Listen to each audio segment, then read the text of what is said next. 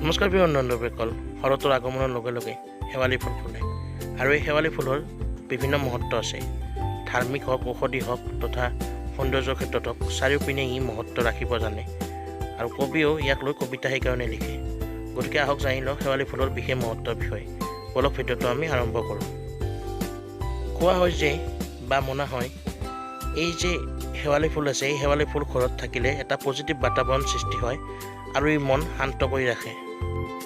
এই ফুল ঘৰত থাকিলে মনৰ পৰা ভয় শংকা আঁতৰ হয়, লগতে এই ফুলৰ সুগন্ধ ল'লে মানসিক অশান্তি কমি যায় বুলি কয়।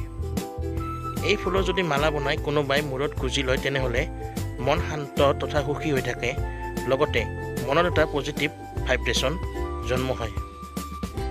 এই ফুলৰ পৰা বনোৱা সুগন্ধি বা চেণ্ট আদি ব্যৱহাৰ কৰিলে মানুহৰ মন মগজু শান্ত হোৱাৰ লগতে মুডো চেঞ্জ হয় বুলি কয়, অৰ্থাৎ মনটো প্ৰশান্তিৰে ভৰি পৰে।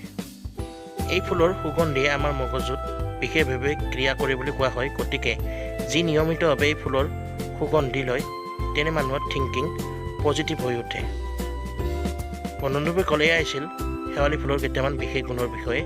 যদি ভিডিঅ'টো চাই ভাল পায় লাইক কমেণ্ট শ্বেয়াৰ কৰি দিব আৰু সদায় এনে ধৰণৰ ভিডিঅ' পাই থাকিবলৈ আমাৰ চেনেলটো ছাবস্ক্ৰাইব কৰি দিব।